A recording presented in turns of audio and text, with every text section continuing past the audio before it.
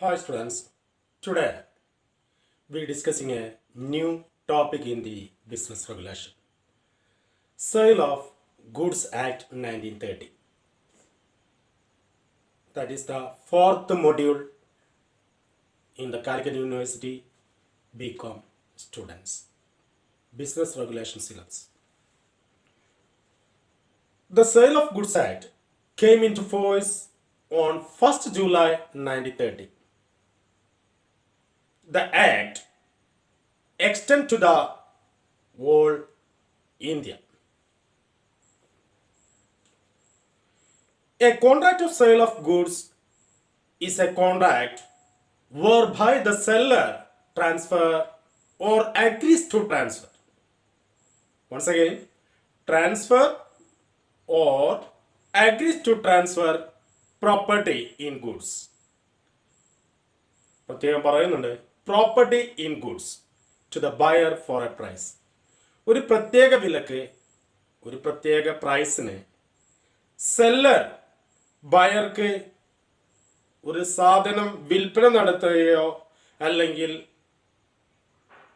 Agrees to transfer കൈമാറ്റം ചെയ്യാൻ transfer ചെയ്യാൻ അഗ്രി ചെയ്യുന്നതിനെയാണ് കോൺട്രാക്ട് ഓഫ് സെയിൽ എന്ന് പറയുന്നത്. That is defined under section 4 subsection 1 of the Sale of Goods Act. That is, once again, a contract of sale of goods is a contract worked by the seller. ഇതൊരു contract ആണ്. അവിടെ എന്ത് ചെയ്യുന്നുണ്ട്? Seller എന്ത് ചെയ്യുന്നുണ്ട്? Transfer ചെയ്യുന്നുണ്ട്. Or agrees to transfer, അതല്ലെങ്കിൽ transfer ചെയ്യാൻ അഗ്രി ചെയ്യുന്നുണ്ട്. എന്ത് ട്രാൻസ്ഫർ ചെയ്യാൻ? Property in goods. ഗുഡ്സിലെ പ്രോപ്പർട്ടി. ഇവിടെ പ്രോപ്പർട്ടി എന്ന് പറയുന്നത് that means the right of ownership. ആ ഗുഡ്സിലുള്ള ഉടമസ്ഥാവകാശമാണ് ട്രാൻസ്ഫർ ചെയ്യുന്നത്. അഥവാ ഇതുവരെ സെല്ലർ ആയിരുന്നു ഗുഡ്സിന്റെ ഉടമസ്ഥനെങ്കിൽ after the sales that is may be the buyer. അത് ബയർ ആയിരിക്കും സാധ്യതയുണ്ട്. In goods to the buyer four A price, ഒരു പ്രത്യേക വിലക്കാണ്. സെയിൽ ആവണമെങ്കിൽ അത് വിൽപ്പന നടത്തുന്നത് ഒരു പ്രൈസിനായിരിക്കും. ഒരാൾ ഒരു വസ്തു മറ്റൊരാൾക്ക് വെറുതെ കൊടുക്കുന്നതിന് സെയിൽ എന്ന് പറയാറില്ല. അയാൾക്ക് കോമ്പൻസേഷനായിട്ട് ഒരു പ്രൈസ് കിട്ടണം. അപ്പോൾ ഇവിടെ two parties involved in the contract of sale, one seller and another one buyer. Seller is a person who sell or agrees to sell the goods.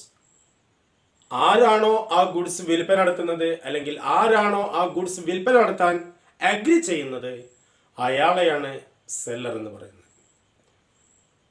Second party is buyer. Is a person who buys or agrees to buy the goods. അയാൾ ആരാണോ ആ സാധനം വാങ്ങുന്നത് അല്ലെങ്കിൽ ആരാണോ ആ സാധനം വാങ്ങാൻ അഗ്രി ചെയ്യുന്നത് അദ്ദേഹത്തെ പറയുന്ന പേരാണ് buyer. When the ownership of goods is not immediately transferred. ഇവിടെ രണ്ട് കാര്യം പറയും. Transfer or agrees to transfer.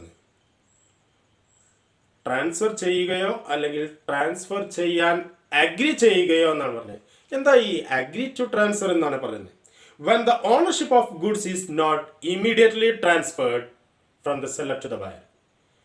സെല്ലറിൽ നിന്ന് ബയറിലേക്ക് ഉടമസ്ഥാവകാശം ഉടനെ തന്നെ ഇമ്മീഡിയറ്റ് ആയിട്ട് ട്രാൻസ്ഫർ ചെയ്യുന്നില്ലെങ്കിൽ that is an agreement to sell. അതിന് പറയുന്ന പേരാണ് അഗ്രിമെന്റ് ടു സെൽ അല്ലെങ്കിൽ അഗ്രി ടു സെൽ എന്ന് പറയും. നേരത്തെ തന്നെ പറഞ്ഞു പ്രോപ്പർട്ടി എന്ന്. Transfer the property in goods എന്ന് പറഞ്ഞു. എന്താ ഈ പ്രോപ്പർട്ടി എന്ന് നമ്മൾ നേരത്തെ പറഞ്ഞു? That means the right of ownership, ഉടമസ്ഥാവകാശം എന്നാണ് പറയുന്നത്. അപ്പൊ ഇതില് പ്രോപ്പർട്ടി എന്നുള്ളത് മീനിങ് പ്രത്യേകം മനസ്സിലാക്കുക. പല സ്ഥലത്തും പ്രോപ്പർട്ടി എന്ന് യൂസ് ചെയ്യുന്നുണ്ട്. That's mean ownership right. Transfer ചെയ്യുന്നത് ഓണർഷിപ്പ് റൈറ്റ് ആണ് from the seller to the buyer in the sale of goods. Essential of a contract of sale. Essentials of a contract of sale. First one, that must satisfy all essential elements of contracts. നമ്മൾ നേരത്തെ discuss ചെയ്ത ആ 10 elements of contracts ഉണ്ട്, essential elements. ആ essential elements ഒക്കെ contract of സെയിലും satisfy ചെയ്യണം. Second one, that involves 2 parties. ആരൊക്കെയാണ് parties? Seller and also the buyer. Third one, transfer of property. ഏറ്റവും മോസ്റ്റ് ഇമ്പോർട്ടൻ്റ് ആയിട്ടുള്ള ഒന്നാണ് transfer of property. Transfer of ownership. നമ്മൾ നേരത്തെ പറഞ്ഞ പ്രോപ്പർട്ടി എന്ന് പറയുന്ന ഓണർഷിപ്പ് എന്നാണ്. അതുകൊണ്ട് തന്നെ ട്രാൻസ്ഫർ ഓഫ് ഓണർഷിപ്പ്. എന്താണ് ഓണർഷിപ്പ്? ആർക്കാ ട്രാൻസ്ഫർ ചെയ്യുന്നത്? From the seller to the buyer. വിൽപ്പനക്കാരൻ ആരാണോ ആ സാധനം വാങ്ങുന്നത് അയാൾക്കാണ് അതിൻ്റെ ഓണർഷിപ്പ് ട്രാൻസ്ഫർ ചെയ്യുന്നത്. Next one, subject matter of sale of goods. ഏറ്റവും പ്രധാനം എന്താണോ വിൽപ്പന നടത്തുന്നത് ആ സബ്ജക്റ്റ് മാറ്ററാണ്. ഇറ്റ് ഡസ് നോട്ട് ഇൻക്ലൂഡ്, സെയിൽസിൽ ഇൻക്ലൂഡ് ചെയ്യാത്ത ചില കാര്യങ്ങളുണ്ട്. മണി ഒരാൾക്ക് വിൽപ്പന നടത്താൻ പറ്റില്ല. പണം വേറൊരാൾക്ക് വിൽപ്പന നടത്താറില്ല. 1000 രൂപ ഒരാൾക്ക് കൊടുക്കുകയാണെങ്കിൽ അത് 1000 രൂപ തന്നെയാണ് അതിന് വാല്യൂ ഉള്ളത്. അത് തിരിച്ച് സെയിൽസ് എന്ന് പറയില്ല. സെയിൽസ് ആകുമ്പോഴേ അതിനൊരു പ്രൈസ് ഫിക്സ് ചെയ്യുന്നുണ്ട്. ഇവിടെ പണത്തിന് ആ പ്രൈസ് തന്നെയാണ് ഫിക്സ് ചെയ്യുക. Or any other actionable claims. ഇതോടനുബന്ധിച്ചുള്ള ഓപ്ഷനബിൾ ക്ലെയിംസ് ആണ്. ആ ഓപ്ഷനബിൾ ക്ലെയിംസ് എന്ന് പറയുന്നത് ചിലപ്പോൾ എന്തായിരിക്കാം, ചില വസ്തുക്കൾ ഡീഡൊക്കെ ആയിട്ട് അല്ലെങ്കിൽ സെക്യൂരിറ്റി ആയിട്ടൊക്കെ കൊടുത്തിട്ടുണ്ടാവും. അത്തരം കേസിൽ ആർക്കെങ്കിലുമൊക്കെ അതിൻ്റെ മേലെ വാദം ഉന്നയിക്കുന്നുണ്ടെങ്കിൽ അത്തരം ഗുഡ്സ് എന്ത് ചെയ്യാൻ പറ്റില്ല, ഓണർഷിപ്പ് ട്രാൻസ്ഫർ ചെയ്യാൻ പറ്റില്ല. Goods can be of any kind. അപ്പം ഓപ്ഷനബിൾ ക്ലെയിം അല്ലാത്ത, പണമല്ലാത്ത എല്ലാം ഏതിൽ പെടും? Subject matter of sale of ഗുഡ്സിൽ പെടും. എന്നാൽ goods can be any kind except immovable property. Immovable പ്രോപ്പർട്ടിയെ എന്തായിട്ട് പരിഗണിക്കാറില്ല? ഗുഡ്സ് ആയിട്ട് പരിഗണിക്കാറില്ല. അപ്പോൾ ഇനി നമ്മളിവിടെ പറഞ്ഞ് കോൺട്രാക്ട് ഓഫ് സെയിലിലെ ഏറ്റവും പ്രധാനപ്പെട്ട സബ്ജക്റ്റ് മാറ്റർ എന്ന് പറയുന്നത് ഗുഡ്സ് ആണ്. എന്താണ് goods? That is discussed under section 2 subsection 7 of the sale of goods act. ഇവിടെ goods mean every kind of movable property. എല്ലാ തരത്തിലുള്ള മൂവബിൾ പ്രോപ്പർട്ടി. എവിടെ പ്രോപ്പർട്ടി എന്ന് പറഞ്ഞാൽ ഓണർഷിപ്പ് അല്ല കേട്ടോ, എല്ലാ സമ്പത്തുമാണ്. Other than actionable claim. Actionable claim ഇല്ലാത്ത, ഉദാഹരണത്തിന് നമ്മൾ ബാങ്കിൽ ഒരു സ്വർണം പണയം വെച്ചിട്ടുണ്ടെങ്കിൽ ആ സ്വർണം വിൽപ്പന നടത്താൻ കഴിയില്ല. കാരണം എന്താ വെച്ചിട്ടുണ്ടെങ്കിൽ അതിൻ്റെ മേലെ ബാങ്ക് എന്ത് ചെയ്യാറുണ്ട്? ക്ലെയിം ഉന്നയിക്കും. അപ്പം പിന്നീട് എന്ത് ചെയ്യാം? ബാങ്കിലേക്ക് അടയ്ക്കാനുള്ള എമൗണ്ട് അടച്ചു കഴിഞ്ഞിട്ടുണ്ടെങ്കിൽ റീപേയ്മെന്റ് ഓഫ് ലോൺ എമൗണ്ട്, ആ പ്രിൻസിപ്പൽ ആൻഡ് ഇൻട്രസ്റ്റ്, അത് അടച്ചു കഴിഞ്ഞാൽ നമുക്ക് എന്ത് ചെയ്യും? സ്വർണം കിട്ടുന്നുണ്ട്.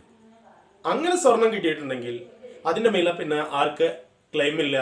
ബാങ്കിന് ക്ലെയിം ഉണ്ടായിരിക്കില്ല. അപ്പം നമ്മൾക്ക് അത് വിൽപ്പന നടത്താൻ പറ്റും. അപ്പോൾ ബാങ്കിൽ സെക്യൂരിറ്റി ആയിട്ട് വെച്ചിട്ടുണ്ടെങ്കിൽ അത് നമ്മൾക്ക് വിൽപ്പന നടത്താൻ പറ്റില്ല. അതിൻ്റെ മേലെ ആക്ഷനബിൾ ക്ലെയിം ഉണ്ട്. ആൻഡ് മണി, പണവും. പണത്തെ നമ്മൾ ലീഗൽ ടെൻഡർ മണിയാണ്. നിയമപ്രകാരം നൈയാമിക പണമായിട്ടാണ് അതിനെ അംഗീകരിക്കുന്നത്. കാരണം നമ്മൾക്കറിയാം, ഒരു പേപ്പറാണ് പണം എന്ന് പറയുന്നത്. അതൊരു കറൻസി ആയിട്ട് നമ്മൾ അംഗീകരിക്കുന്നത് എന്തുകൊണ്ട്? ഗവൺമെൻറ് അതിനെ ലീഗൽ ടെൻഡർ മണിയായിട്ട് ആക്സെപ്റ്റ് ചെയ്യുന്നുണ്ട്. പണം, ആ കറൻസി നമ്മൾക്ക് എന്ത് ചെയ്യാം? കത്തിച്ചാൽ കത്തും. നമ്മളുടെ പേപ്പറും കത്തിച്ചാൽ കത്തും. നമ്മളുടെ ഒരു പേപ്പറിൽ ഒരു 500 രൂപ എന്ന് എഴുതിയിട്ടുണ്ടെങ്കിൽ അതിന് വാല്യൂ ഇല്ല. പക്ഷെ പണത്തിൽ ആ പേപ്പറിൽ ഒരു 500 രൂപ എഴുതി ബാക്കിയുള്ള കാര്യങ്ങളൊക്കെ ഉണ്ടെങ്കിൽ അത് പിന്നെ നമ്മൾ എന്തായും 500 രൂപയായിട്ട് അംഗീകരിക്കും ചെയ്യും. നമ്മൾ അതേ സമാന രീതിയിലുള്ള ഒരു നോട്ടാണ് അച്ചടിക്കുന്നതെങ്കിൽ അതിനെ നമ്മൾ പണമായിട്ട് അംഗീകരിക്കുന്നത് ലീഗൽ ടെൻഡർ മണി അല്ല. അത് എന്താണ്? വ്യാജ കള്ളനോട്ടാണ്. അതിന് നമ്മൾ അക്സെപ്റ്റ് ചെയ്യാറില്ല. അപ്പോൾ അവിടെ മണി ആൻഡ് ആക്ഷനബിൾ ക്ലെയിംസ്, അതല്ലാത്ത ബാക്കിയെല്ലാം മൂവബിൾ പ്രോപ്പർട്ടീസ് ആണ്. അപ്പോൾ ഏതില്ല? ഇമ്മൂവബിൾ പ്രോപ്പർട്ടീസ് ഇല്ല എന്ന് മനസ്സിലായി. ആൻഡ് ഇൻക്ലൂഡ്സ് ഈ ഗുഡ്സിൽ ഏതൊക്കെ ഉൾപ്പെടും? Stock and shares. സ്റ്റോക്കും ഷെയറും. ഷെയറും സ്റ്റോക്കും ഒക്കെ നമ്മൾക്ക് അറിയാം, അക്കൗണ്ടൻസിലൊക്കെ നിങ്ങൾ പഠിച്ചിട്ടുണ്ട്. ദെൻ ഗ്രോയിങ് ക്രോപ്സ്, വളർന്നു വരുന്ന വിളകൾ, അതും ഗുഡ്സ് ആയിട്ട് കൺസിഡർ ചെയ്യാം. Grasses and things attached two or foaming part of the land, ഭൂമിയിലുള്ള പുല്ലുകൾ, അതും ഗുഡ്സാണ്, വിൽപ്പന നടത്താൻ പറ്റും. അതല്ലെങ്കിൽ ഭൂമിയിൽ അറ്റാച്ച് ചെയ്തിട്ടുള്ള മറ്റു വസ്തുക്കൾ എന്തൊക്കെയാണോ അതും. Which are agreed to be served before sale, അതെന്ത് ചെയ്യാം? ഇതൊക്കെ നമ്മൾക്ക് സെയിലിന് മുമ്പായിട്ട് സെർവ് ചെയ്യാം എന്ന് അഗ്രി ചെയ്യുന്നുണ്ട്. കാരണം നെല്ലുണ്ട്, നെല്ലിപ്പോഴേ ഒരു മാസം കൂടി കഴിഞ്ഞിട്ടുണ്ടെങ്കിൽ വിളവെടുപ്പ് നടത്താം. അങ്ങനെ വിളവെടുപ്പ് നടത്തുകയാണെങ്കിൽ ഞാൻ ആ നെല്ല് നിങ്ങൾക്ക് വിൽപ്പന നടത്താം. അതൊരു അഗ്രി ടു സെല്ലാണ്. അപ്പോൾ ഇവിടെ സെർവ് ചെയ്യാമെന്ന് പറയുകയാണ്. Or under the contract of sale, അല്ലെങ്കിൽ കോൺട്രാക്ട് ഓഫ് സെയിലിൽ ഉൾപ്പെട്ടതാണ് എന്ന് പറയുന്നത്. അപ്പം അഗ്രി ടു സെല്ലോ അല്ലെങ്കിൽ സെയിലോ ആണ് എന്ന് പറയുന്നത്. അപ്പോൾ ഇവിടെ രണ്ട് ടേംസ് ആണ്, ഒന്ന് സെയിലും ഉണ്ട്, ഒന്ന് അഗ്രിമെന്റ് ടു സെല്ലുണ്ട്. What are the difference between sale and agreement to sell? The most important difference are discussed. The first one, transfer of ownership. That is the base. സെയിൽസിലെ ഓണർഷിപ്പ് എന്ത് ചെയ്യുന്നുണ്ട്? ട്രാൻസ്ഫർ ടേക്ക് പ്ലേസ് ഇമ്മീഡിയറ്റ്ലി, അഥവാ ownership transfer from seller to the buyer immediately after the sale. Agreement to sell, agreement to സെല്ലിൽ എന്താ പറയുന്നത്? ഫ്യൂച്ചറിൽ എന്ത് ചെയ്യാം, ഞാൻ നിങ്ങൾക്ക് സാധനം നൽകാം എന്നാണ് പറയുന്നത്. In that case the ownership transfer take place only at a future time, ഭാവിയിലാണ്. അതെപ്പോഴും ആവാം, ഭാവിയിൽ എപ്പോഴെങ്കിലും നിങ്ങൾക്ക് എന്ത് ചെയ്യാം, ഇതിൻ്റെ ഉടമസ്ഥാവകാശം ട്രാൻസ്ഫർ ചെയ്യാമെന്നാണ്. That is one of the difference between sale and agree to sell. Second one, type of contract ആണ്. ഓൾറെഡി നമ്മൾ ഡിസ്കസ് ചെയ്തിട്ടുണ്ട്. കോൺട്രാക്റ്റുകളെ എക്സിക്യൂട്ടഡ് കോൺട്രാക്റ്റും ഉണ്ട്, എക്സിക്യൂട്ടറി കോൺട്രാക്റ്റും ഉണ്ട്. എക്സിക്യൂട്ടറി കോൺട്രാക്റ്റ് ആണെങ്കിൽ നമ്മൾ പറയേണ്ടത് both parties R fulfil there on obligation, അവരുടേതായ ബാധ്യതകളൊക്കെ രണ്ടാളുകൾ നിറവേറ്റിയിട്ടുണ്ട്. ഇവിടെ സെയിൽസിൽ എന്ത് ചെയ്തിട്ടുണ്ട്? ബയർ സാധനം ആർക്ക് ഉടമസ്ഥാവകാശം, പ്രോപ്പർട്ടി ആർക്ക് കൈമാറ്റം ചെയ്തിട്ടുണ്ട്? സെല്ലർ ഉടമസ്ഥാവകാശം ബയർക്ക് കൈമാറ്റം ചെയ്തിട്ടുണ്ട്. ബയർ തിരിച്ച് അതിൻ്റെ പ്രൈസ് സെല്ലർക്കും കൈമാറ്റം ചെയ്തു. അപ്പോൾ that is an executed contract. രണ്ടാളുടെയും ഓബ്ലിഗേഷൻ ഫുൾഫിൽ ചെയ്തിട്ടുണ്ട്. എന്നാൽ അഗ്രിമെന്റ് ടു സെല്ലിൽ ഫ്യൂച്ചറിലാണ് പറയുന്നത്. അതുകൊണ്ട് തന്നെ that is an executory contract. Another one, transfer of risk ആണ്, loss of goods. In case of loss of goods, goods നഷ്ടപ്പെടുകയാണെങ്കിൽ, അപ്പോൾ ആ ലോസ് ഓഫ് ഗുഡ്സിന്റെ കേസിൽ പറയുന്നത് risk prima facie passes to buyer. കാരണം ഉടമസ്ഥാവകാശം ആർക്ക് കൈമാറ്റം ചെയ്താണ്? ബയർക്ക് കൈമാറ്റം ചെയ്താണ്. അപ്പോൾ അതിന്റെ ഉടമസ്ഥൻ ആരാണ്? ബയറാണ്. അതുകൊണ്ട് തന്നെ first risk passes to the buyer. നഷ്ടപ്പെട്ട അത് ആർക്കാണ് നഷ്ടപ്പെടുന്നത്? ബയർക്കാണ്. എന്നാൽ ഞാൻ ഭാവിയിൽ തരാമെന്നാണ് അഗ്രി ടു സെല്ലിൽ പറയുന്നത്. അതുകൊണ്ട് തന്നെ that is remain in the seller. Risk ആർക്കാണ്? സെല്ലർക്കാണ്. കാരണം സെല്ലർ വിറ്റിട്ടില്ല, ഇപ്പോഴും സെല്ലറുടെ അടുത്താണ് ഓണർഷിപ്പ് ഉള്ളത്. അതുകൊണ്ട് തന്നെ risk is taken over by the seller. Another basis of the difference between the sale and agree to sell, breach by the buyer. Buyer breach of contract നടത്തുകയാണെങ്കിൽ, അങ്ങനെയാണെങ്കിൽ seller can, ഈ സെയിൽസിൽ എന്ത് ചെയ്യാൻ പറ്റും? Seller can sue for the price. ആ കിട്ടാനുള്ള വില കിട്ടുന്നതിന് വേണ്ടിയിട്ട് സെല്ലർക്ക് എന്ത് ചെയ്യാൻ പറ്റും? കേസ് കൊടുക്കാൻ പറ്റും.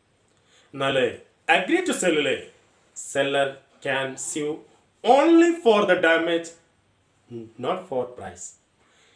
സെല്ലർക്ക് എന്തെങ്കിലും നഷ്ടം ഉണ്ടായിട്ടുണ്ടെങ്കിൽ ആ നഷ്ടത്തിന് കേസ് കൊടുക്കാൻ പറ്റുള്ളൂ.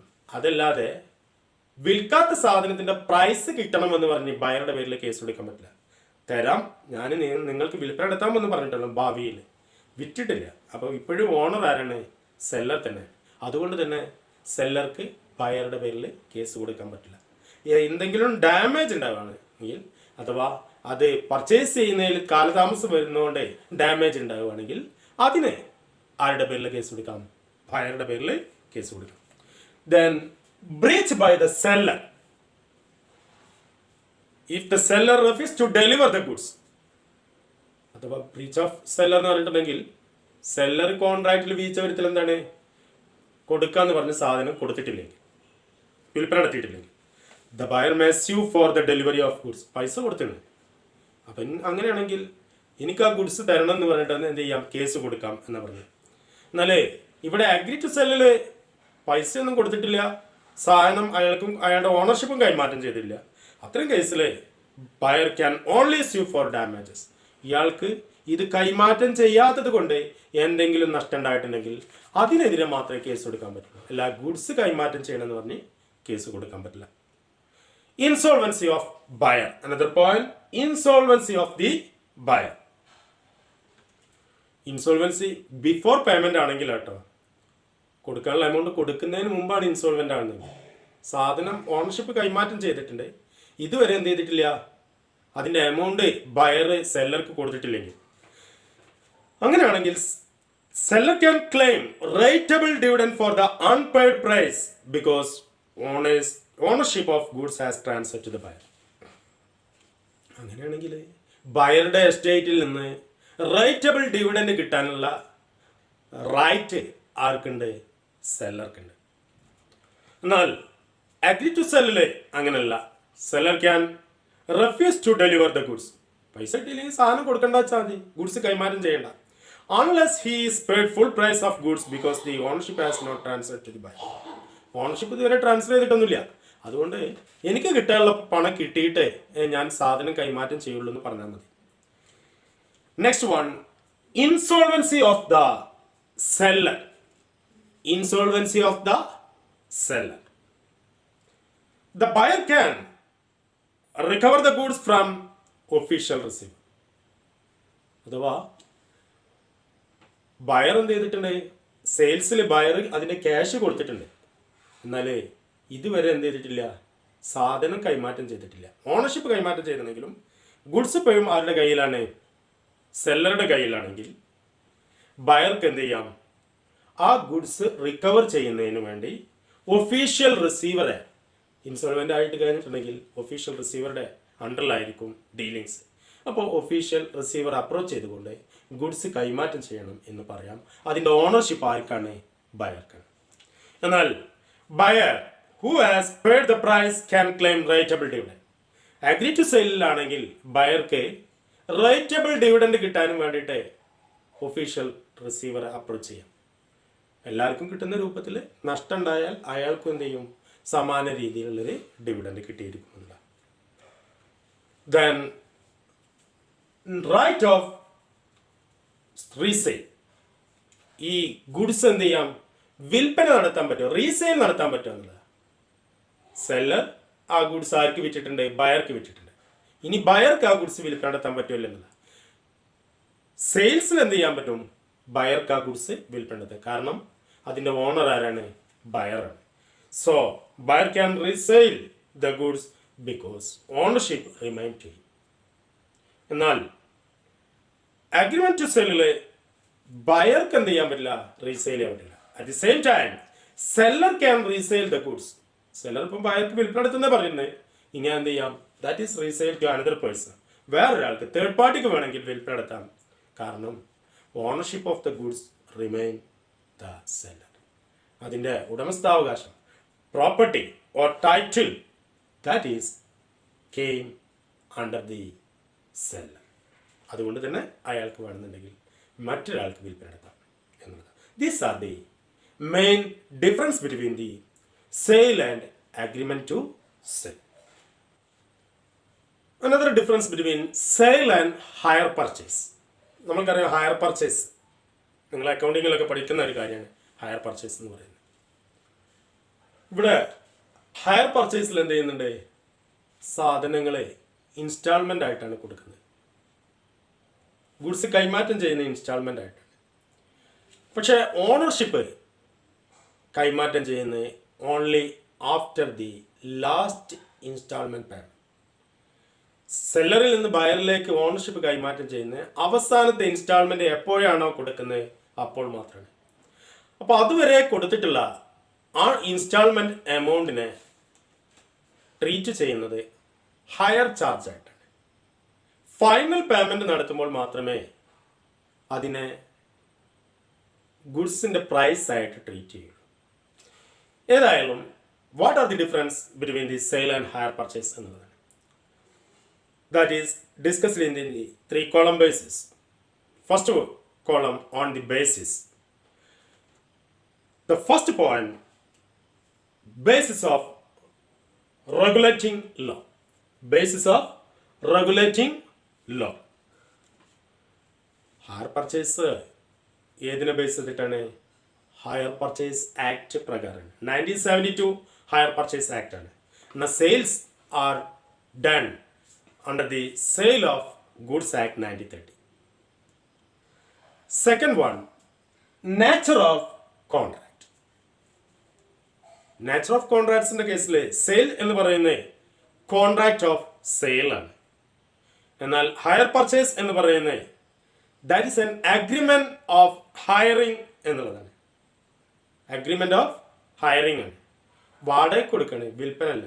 അതുകൊണ്ട് തന്നെ we can say that is an agreement to sell. ഫ്യൂച്ചറിലാണ് സെയിൽസ് നടക്കുള്ളൂ, ഇപ്പൊ സെയിൽസ് ഇല്ല. Another difference between the sale and hire purchase is possession of goods. Once again, possession of goods. Possession of goods in the case, sales in the case, ഇതിന്റെ possession ആർക്കാണ്? Ownership സെയിൽസിൽ immediately transfer to the buyer.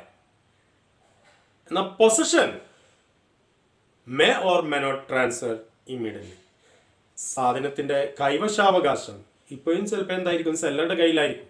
ഞാനത് നാളെ വന്ന് വാങ്ങിക്കൊള്ളാം, വിൽപ്പന ഒന്ന് നടന്നിട്ടുണ്ട്. അപ്പോൾ ഇവിടെ പൊസഷൻ ആരുടെ കയ്യിലാണ്? സെല്ലറുടെ കയ്യിലാണ്. എന്നാൽ ഓണർഷിപ്പ് ആർക്കാണ്? ബയർക്കാണ്, സെയിൽസിൽ.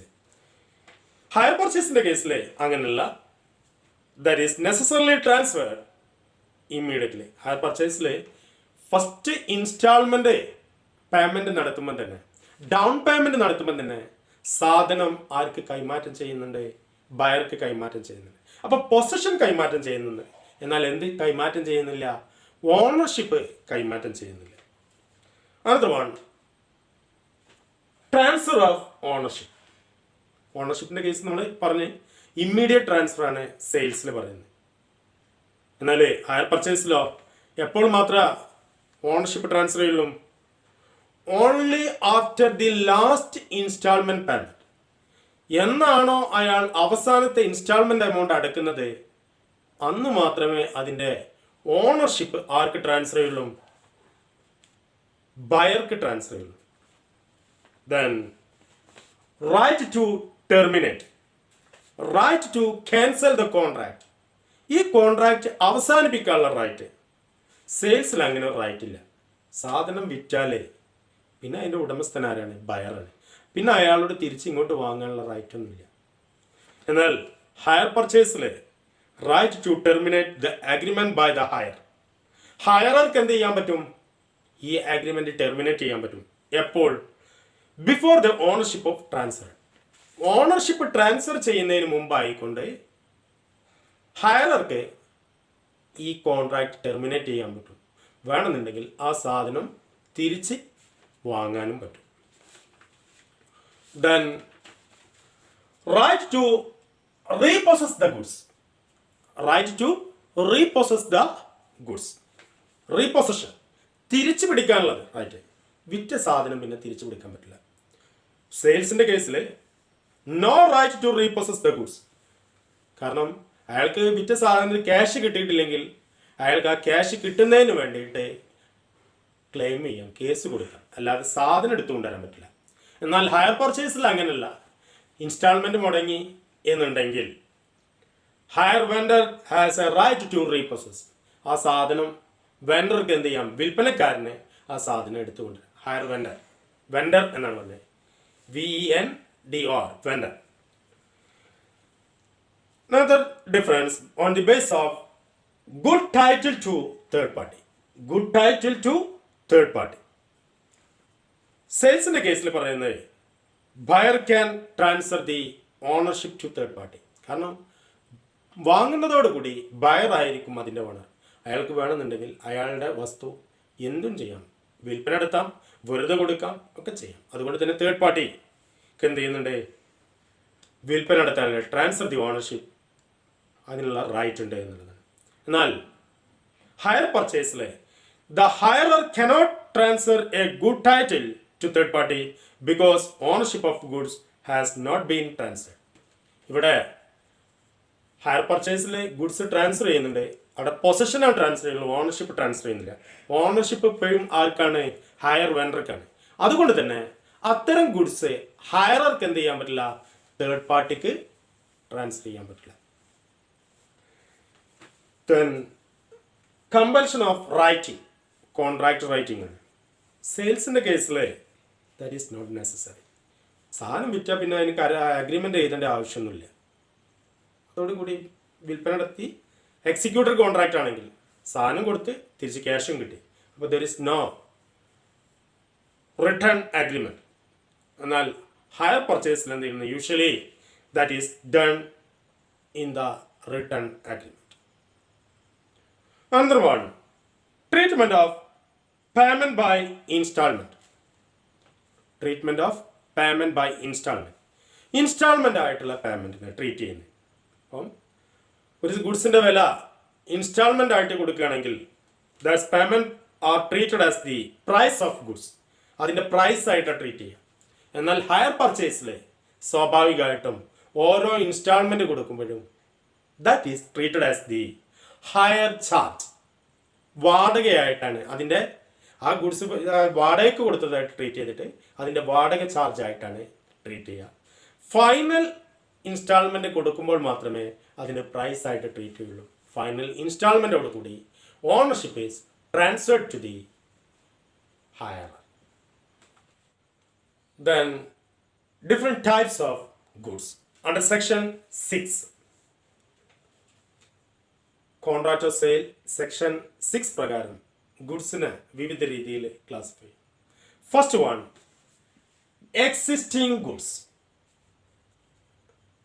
എക്സിസ്റ്റിംഗ് ഗുഡ്സ്, നിലവിലുള്ള goods. The goods which are old or possessed by the seller at the time of the contract of sale. ഇവിടെ കോൺട്രാക്ട് ഓഫ് സെയിൽ ഉണ്ടാക്കുന്ന ടൈമിൽ ആ ഗുഡ്സ് സെല്ലറുടെ കൈവശമുണ്ട്, സെല്ലറുടെ ഉടമസ്ഥാവകാശത്തിലുണ്ട് എന്നുള്ളതാണ്. Existing goods may be specific, ascertain or unascertained. ഈ നിലവിലുള്ള ഗുഡ്സ് ചിലപ്പോൾ എന്തായിരിക്കാം, സ്പെസിഫിക് ആയിരിക്കാം, പെർട്ടിക്കുലർ ഐറ്റംസ് ആയിരിക്കാം, അല്ലെങ്കിൽ അസർട്ടൈൻ ഗുഡ്സ് ആയിരിക്കാം, അല്ലെങ്കിൽ അൺഅസർട്ടൈൻ ഗുഡ്സ് ആയിരിക്കാം. അപ്പോൾ എന്തൊക്കെയാണ് ഈ സ്പെസിഫിക്, അസർട്ടൈൻ, അൺഅസർട്ടൈൻ ഗുഡ്സ് എന്ന് പറഞ്ഞാൽ? സ്പെസിഫിക് ഗുഡ്സ് അതിൽ സപ്പോയിൻ്റ് ആയിട്ട്, എക്സിസ്റ്റിംഗ് ഗുഡ്സിലെ സപ്പോയിൻ്റ് ആണ് സ്പെസിഫിക് ഗുഡ്സ്. സെക്ഷൻ 2 സബ്സെക്ഷൻ 14 ഇതിൽ പറയുന്നത് goods identified and agreed upon at the time of a contract of sale is made. ഇവിടെ ഗുഡ്സ് എന്ത് ചെയ്യുന്നുണ്ട്, ഐഡന്റിഫൈ ചെയ്യുന്നുണ്ട്. ആ ഐഡന്റിഫൈ ചെയ്ത ഗുഡ്സ് ആണ് അവരെന്ത് ചെയ്യുന്നത്, കോൺട്രാക്ട് ഓഫ് സെയിൽ നടത്തുന്നത്. അതാണ് സ്പെസിഫിക് ഗുഡ്സ്. ഒരാളുടെ കയ്യിൽ 2 പശുക്കളുണ്ട്, ആ 2 പശുക്കളിൽ ഒരു പശുവിനെ എന്ന് പറഞ്ഞിട്ടുണ്ടെങ്കിൽ സ്പെസിഫിക് അല്ല. അതേസമയത്ത് ഒരാളുടെ കയ്യിൽ ഒരു കറുപ്പ് പശുവുണ്ട്, ഒരു ചുവപ്പ് പശുവുണ്ട്. അത് നേരത്തെ തന്നെ ബയർക്ക് അറിയാവുന്നതാണ്. അപ്പം ബയറും സെല്ലറും തമ്മിൽ സ്പെസിഫിക് ആയിട്ട് പറയാണ് ആ കറുപ്പ് പശുവിനെ വിൽപ്പന നടത്താൻ പറയുന്നത് എങ്കിൽ അത് സ്പെസിഫിക് ആണ്. രണ്ടാമത്തത് അസർട്ടൈൻ ഗുഡ്സ് ആണ്. It means goods identified in accordance with the agreement after the contract of sale is made. ഇവിടെ അസർട്ടൈൻ ഗുഡ്സിൽ പറയുന്നത് ഗുഡ്സ് ഐഡന്റിഫൈഡ്, ഗുഡ്സിനെ തിരിച്ചറിയുന്നത് and agreed upon identified in accordance with the agreement after the contract of sale is made. Contract of sale നടത്തി അതിനുള്ള agreement ഉണ്ടാക്കിയതിന് ശേഷമാണ് goods identify ചെയ്യുന്നത് എന്നുള്ളതാണ്. മൂന്നാമത്തതാണ് അൺഅസർട്ടൈൻ goods. ഇപ്പോൾ ഉദാഹരണത്തിന് നമുക്ക് പറയുകയാണെങ്കിൽ അസർട്ടൈൻ ഗുഡ്സിലെ എക്സാമ്പിൾ പറയുകയാണെങ്കിൽ ഒരു ഫൈബർ ചെയർ വിൽപ്പന നടത്തുന്ന ഒരു ഷോപ്പുണ്ട്. അതിൽ 3 കളർ ചെയറുകളാണ് വിൽപ്പന നടത്തുന്നത്, റെഡ്, ബ്ലൂ ആൻഡ് ഓറഞ്ച്. അപ്പോൾ ചെയർ ഓൾറെഡി അയാൾ എന്ത് ചെയ്തിട്ടുണ്ട്, കച്ചവടാക്കുന്നു, വിൽപ്പന നടത്തുകയാണ്. ഇനി ബയർക്ക് വേണമെങ്കിൽ എന്ത് ചെയ്യാം, അഗ്രിമെന്റ്സ് ടു സെയിൽ, വിൽപ്പന നടത്തിയതിന് ശേഷം ബയർക്ക് അയാൾക്ക് ഇഷ്ടമുള്ള ചെയർ എന്ത് ചെയ്യാം, സെലക്ട് ചെയ്യാം.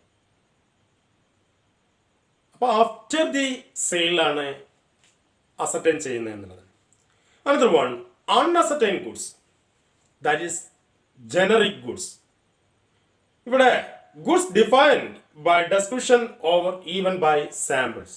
ചിലപ്പോൾ ഒരു ഗുഡ്സിനെ കുറിച്ച് ചില ഡെസ്ക്രിപ്ഷൻ കൊടുക്കുകയാണ്, അതല്ലെങ്കിൽ ഒരു സാമ്പിൾ കാണിച്ചു കൊടുക്കുക. ആ സാമ്പിളിനനുസരിച്ച് യഥാർത്ഥത്തിൽ ഗുഡ്സ് കാണിക്കുന്നില്ല, ഒന്നുകിൽ അതിന്റെ സാമ്പിളാണ് കാണിക്കുന്നത്.